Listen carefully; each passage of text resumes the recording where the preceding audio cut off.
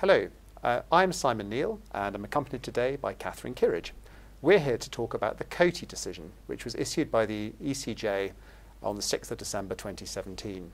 And the Coty decision is interesting because for the first time it's confirmation from Europe's highest court that a luxury brand's owner can restrict its resellers from selling on third-party platforms such as Amazon.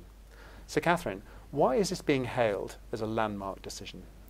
Well, it's one that we've been waiting for a long time, and as e-commerce has developed, brand owners have been trying to do more and more to control their brands online, and often that is through using selective distribution so that they set criteria for who their authorised distributors are, who can sell their products. And a key question has been, does that mean that these brand owners can stop their distributors from using third-party platforms like Amazon? And so it's been something that's been really closely watched, and getting this confirmation from the Court of Justice is something that's seen as very important for brand owners. Does this mean that all brand owners can take comfort from Coty, even if perhaps their products aren't luxury products? Well, it's an interesting question because the wording of this judgment has been very focused on luxury, the aura of luxury goods.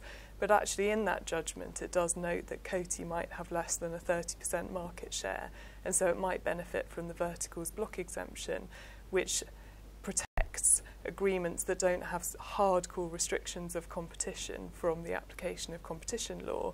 So the judgment suggests that even if Coty wasn't a luxury brand, because of its market share, it might have been able to use those marketplace bans anyway. But I understand that the German Competition Authority doesn't see this necessarily as being the definitive end, that actually they still have the ability to attack these types of restrictions when they're used by a supplier that is not a luxury brand owner.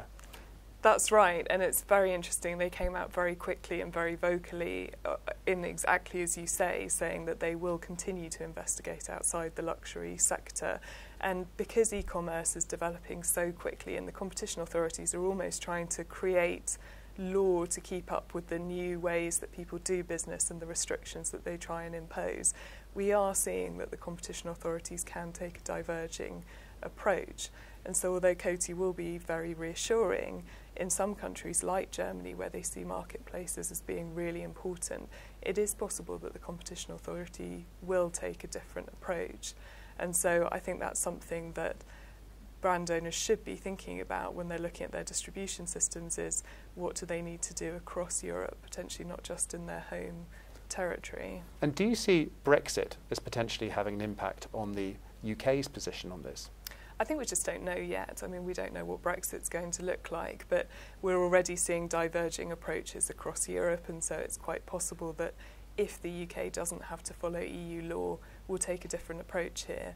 But I think at the moment the view from the CMA is generally that they have a good voice in Europe, and that competition law has been developing in a way that reflects the UK's position. So I don't think that we would see a massive change on this point in the short term post-Brexit.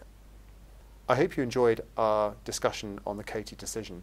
If there's a key takeaway point, is that the Coty is an important decision, but is not necessarily the full panacea that perhaps the industry was hoping for.